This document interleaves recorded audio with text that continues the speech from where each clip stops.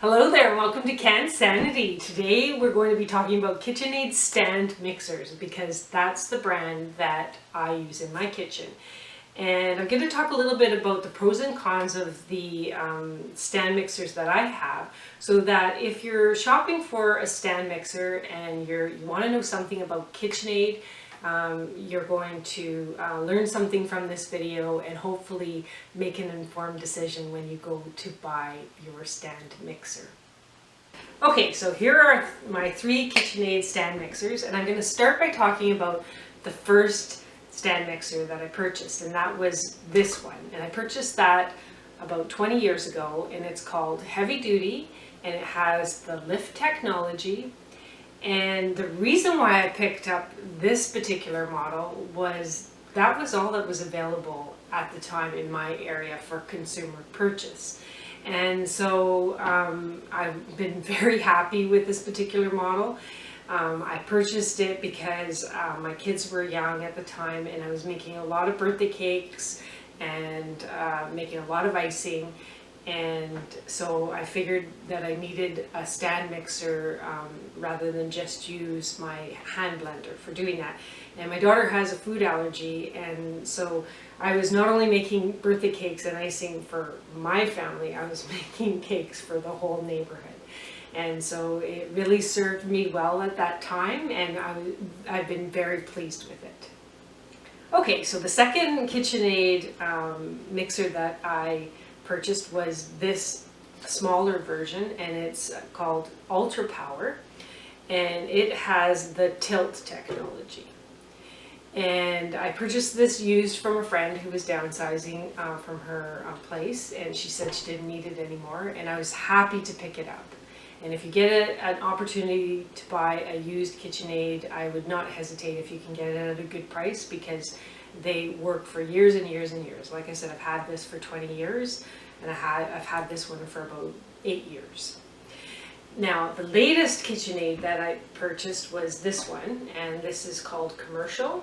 And it's not a commercial KitchenAid for commercial use, it's just called Commercial and for household use. And it has a larger motor in it, and it has a larger bowl. So it has, there's more capacity here. And with doing all the KitchenAid, or doing all the Can Sanity videos, I wanted to have a KitchenAid that I could use repetitively in the day and not worry about burning out the motor. So that's why I picked up the Commercial KitchenAid. So now I'm going to talk a little bit about the differences between the lift and the tilt technology. Okay, so let's talk about the advantages and disadvantages of the different types of stand mixers here. We'll start by talking about the tilt model. So the tilt model is a fantastic machine, and it is small and lighter. And this Ultra Power is only 14 inches tall, so it will fit easily underneath any of my cabinets. In comparison, this lift model, my Heavy Duty here, it stands at 16.5 inches. And so in order for me to put it underneath the cabinet, I actually have to tilt it and slide it underneath. So it's not as convenient to use, because if I want to see what's in the bowl and really have access, I actually have to tilt it and slide it out. Now I happen to have a counter or cart over there that hosts all of my stand mixers, so if I'm going to use any of them, I have to lift them up and bring them on over to the counter. So it's not really an issue for me to move them around. But if that's something that that is something that you need to consider, then if you need a stand mixer and one that is not as tall, then you might want to stick with the tilt model. So the other advantage of the tilt model is that because of the mechanism where the beater can be tilted up, you have easier access to the bowl. And so if you're making a lot of icings and you're putting in some tints and you're whisking it up and you want to get in there and scrape the bowl down, then the access is easier in the tilt models, and that beater is not getting in the way.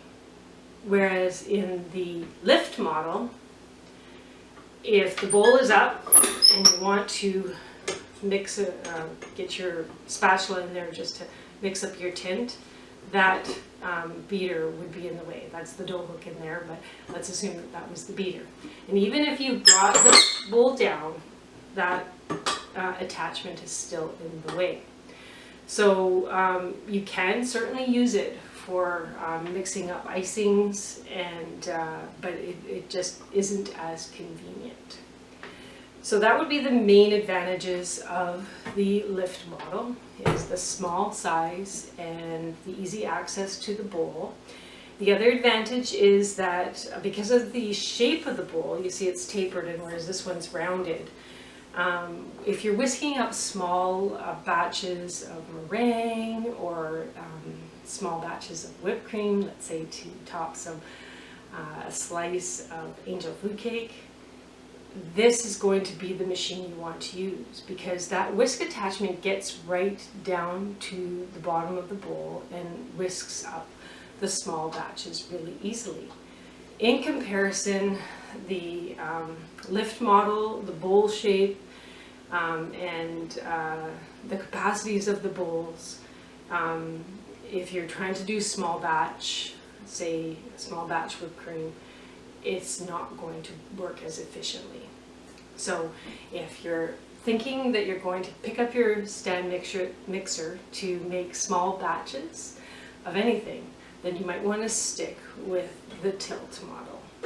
So now the only disadvantage of the tilt model, if you want to call it that, is that the capacities for the bowls will only go up to 5 quarts.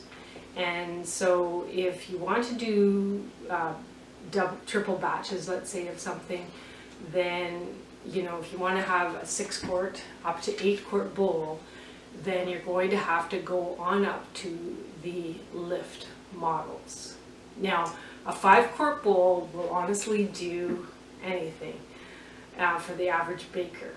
If you are making meringue for, if you're whipping up some egg whites to make angel food cake, which takes 12 egg whites, 5 quarts is sufficient to whisk up that amount of eggs. If you want to make my classic bread recipe, which makes 4 loaves of bread, then you can do that in a 5 quart bowl.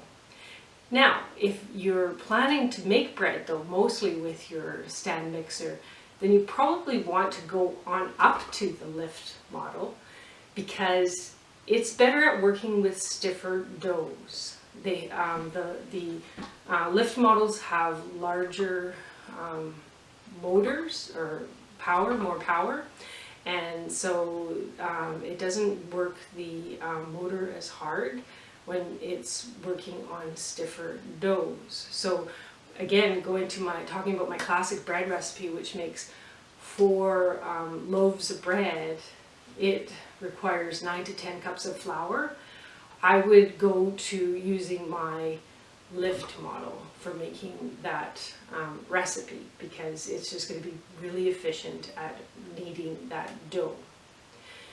So that's one of the main advantages of the lift model. The other advantage is that you are going to get those larger capacity bowls. So my 2 lift models here, I have a 5 quart bowl here on the heavy duty, and then I have the 8 quart bowl on my commercial.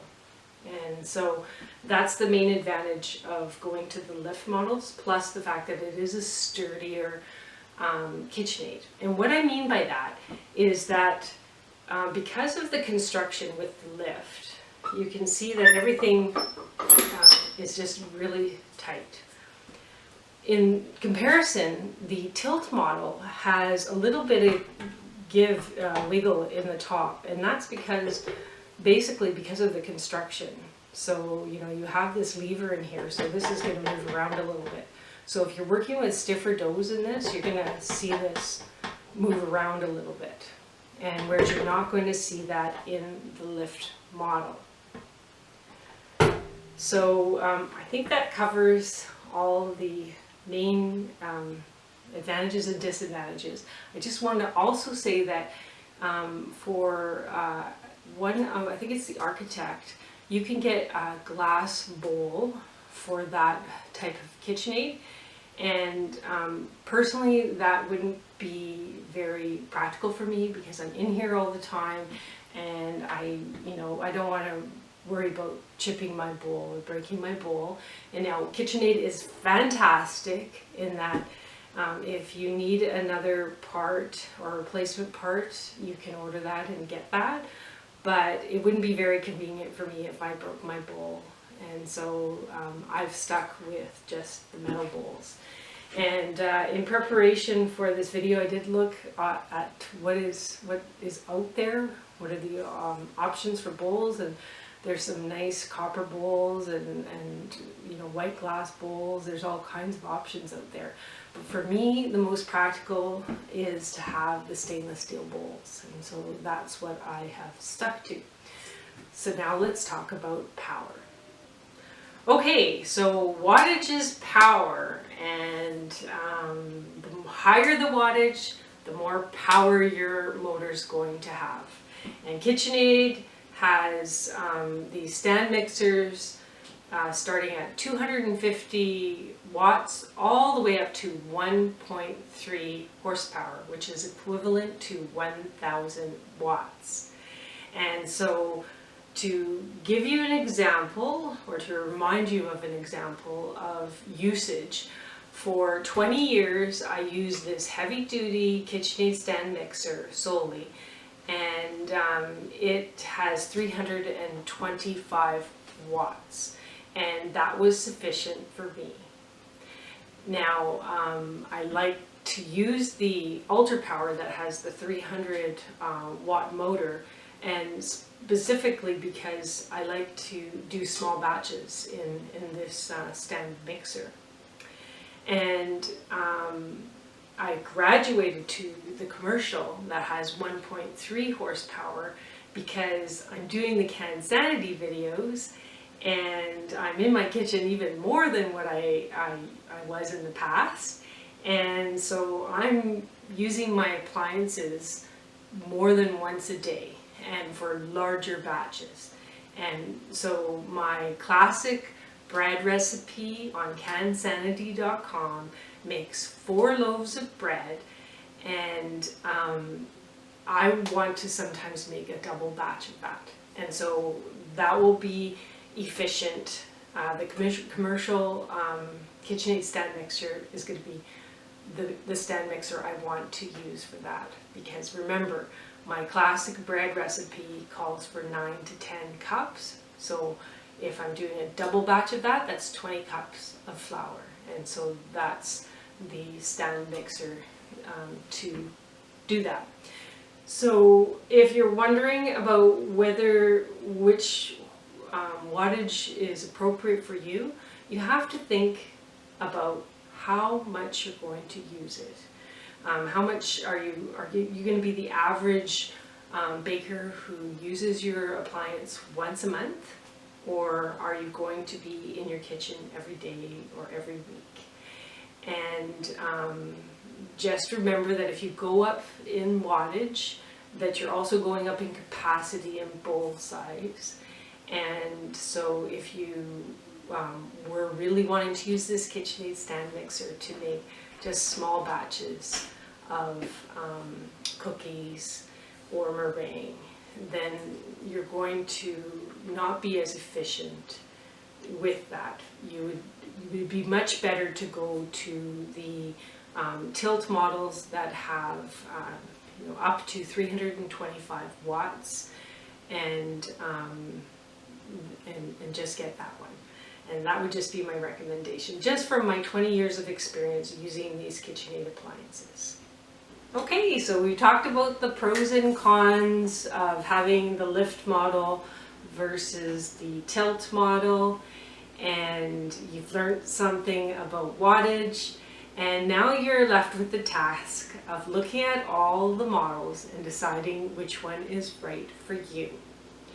And so just to give you a little summary, the Classic, the Ultra Power Plus, the Artisan, and the Architect are all tilt models. And the Professional series and the Pro Line series, Pro HD I think is one of them, and then there's Professional 6500 series and Professional Plus, and then the Commercial are all lift models. And if you're thinking of getting the tilt model and you want to match the decor of your kitchen, the Artisan has a wide range of colors. And if you like that metallic finish, then you can go with the Architect. And I believe the Architect also has the glass bowl option. And if you are looking for a 5-quart bowl in the lift, then you would get the Professional Plus. All the other lift models are 6 quarts and up. And I've written a blog and I've listed all the models that are available currently in that blog. And so if you want to go check it out and take a look at that, it's at cansanity.com. Okay, so I think that's all I have to say about my KitchenAid stand mixers and my experiences with them. I hope that you learned something by watching this video, and that I hope that I helped you make a decision about what type of stand mixer you're going to purchase. And I hope if you're watching this video and you already have a stand mixer, that you put a comment on the video, because all those comments help other people get informed and it just helps them with their research. So and I hope that if you are enjoying the CanSanity videos, that you subscribe to our channel. I hope you've enjoyed this video. Have a great day.